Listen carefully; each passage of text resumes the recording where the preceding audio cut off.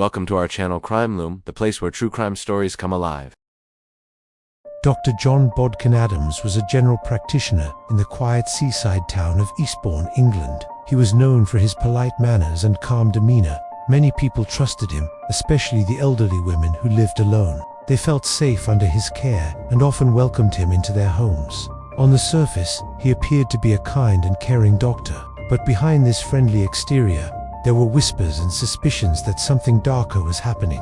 He began his medical practice in Eastbourne after World War II, during a time when many elderly people lived alone and depended heavily on their doctors. Adams quickly gained a reputation for being attentive and patient. He would visit his patients frequently, sometimes daily, and would offer advice on medicine, comfort, and even personal matters. His charm made people feel at ease. Many of his patients were wealthy widows who had no close family. Over time, Adams started appearing more often in their lives and sometimes received small gifts of appreciation from them. By the early 1950s, a pattern began to emerge. A significant number of Adams' elderly patients were dying unexpectedly. Some neighbors and relatives noticed that the deaths were unusually frequent and that Adams often seemed calm, almost too calm, after each passing. While death in old age was not uncommon, the number of patients who died under his care raised eyebrows. Even though the authorities could not immediately prove anything, there were growing suspicions that Adams might be involved in something sinister. Adams had a peculiar way of managing his patients' medication. He often prescribed high doses of painkillers and sedatives, sometimes for no clear medical reason. While he claimed these were meant to ease suffering, some believed he was using them to hasten deaths. He also had a habit of suggesting that patients make him a beneficiary in their wills. Many of the women who died left him generous sums of money, jewelry, or other valuable possessions. It was unusual for a doctor to be included in so many wills, and this attracted the attention of the authorities. The case that brought Adams into the public eye involved Edith Alice Morell, an elderly woman who was wealthy and lived alone. She became ill, and Adams cared for her during her final days. When she died, it was noticed that she had left a significant portion of her estate to Adams. This sparked an investigation. The police looked into the circumstances surrounding her death and discovered that she had been given large doses of opiates, which could have hastened her passing. The investigation revealed that Adams had been included in the wills of many other patients who had died, some under similar circumstances. In 1957, Adams was charged with the murder of Edith Alice Morell. The trial became one of the most famous legal cases in British history. During the trial, the prosecution argued that Adams had deliberately administered drugs to Morell to cause her death and gain financially. They presented evidence showing that Adams had received money and gifts from several elderly patients who had died.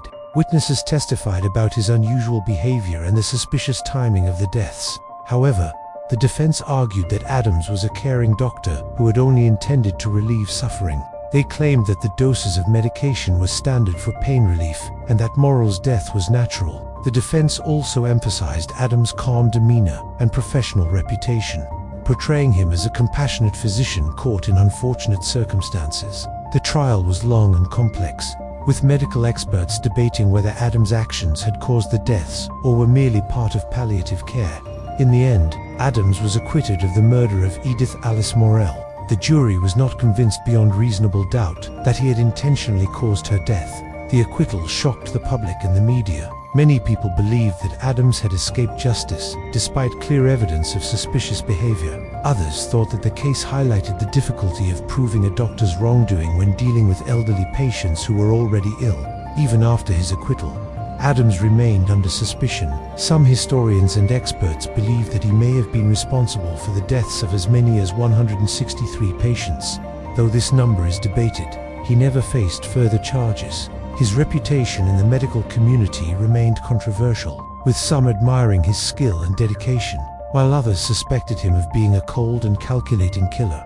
The case of Dr. John Bodkin Adams raised important questions about medical ethics and the responsibilities of doctors. It highlighted how a trusted professional could potentially exploit vulnerable patients. The investigation and trial also influenced British law and medical practice, leading to stricter regulations around prescribing medication and monitoring patient care. Doctors were reminded that their duty was to preserve life, not to profit from it, and that even subtle abuses of power could have deadly consequences.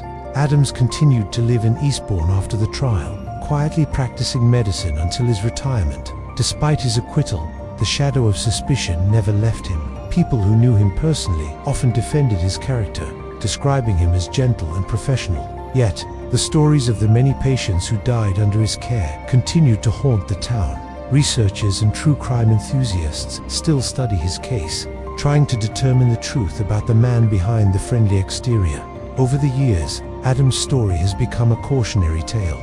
It reminds people that appearances can be deceiving and that even those who seem kind and trustworthy may have hidden motives. His case also demonstrates the challenges of prosecuting suspected serial killers when evidence is circumstantial and the victims are elderly or already ill. The legal system struggled to balance compassion for the sick with the need for justice, and Adams' trial remains a landmark in British criminal law. The mystery surrounding Dr. John Bodkin Adams continues to fascinate people today. True crime writers and historians debate whether he was a murderer, a doctor trying to ease suffering, or something in between. His life raises questions about morality, ethics, and the limits of trust. Even decades later, the town of Eastbourne remembers him as a figure shrouded in suspicion, a man whose polite manners masked a dark potential.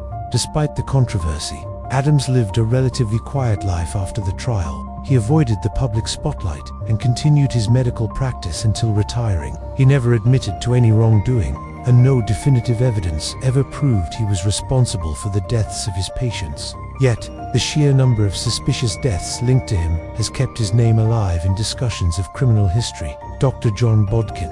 Adams' story is often compared to other suspected medical killers. Like many of them, he exploited the trust placed in him by his patients. He worked within a system that gave him authority and respect, and he may have used that position to his advantage. His case is studied in medical schools, law courses, and true crime literature as an example of the ethical dilemmas faced by healthcare professionals. The trial also sparked debates about the nature of mercy killings. Some argued that Adams was trying to relieve the suffering of his patients, while others insisted he was motivated by greed. The line between compassion and criminal intent became a central theme in discussions about his case. This debate continues to influence how medical professionals and the legal system view end-of-life care. Even though Adams was acquitted, his story serves as a warning. It reminds people to question what is happening behind closed doors and to remain vigilant, especially when vulnerable individuals are involved. The combination of charm, professional authority, and suspicious circumstances makes his case one of the most intriguing in the history of British crime. In the end, Dr. John Bodkin Adams remains a figure of mystery. Was he a caring doctor who made mistakes, or a cold-hearted killer who used his position to take advantage of the elderly? The answer may never be fully known. What is certain is that his story has left a lasting mark on criminal history, medical ethics, and public awareness about the dangers of blind trust.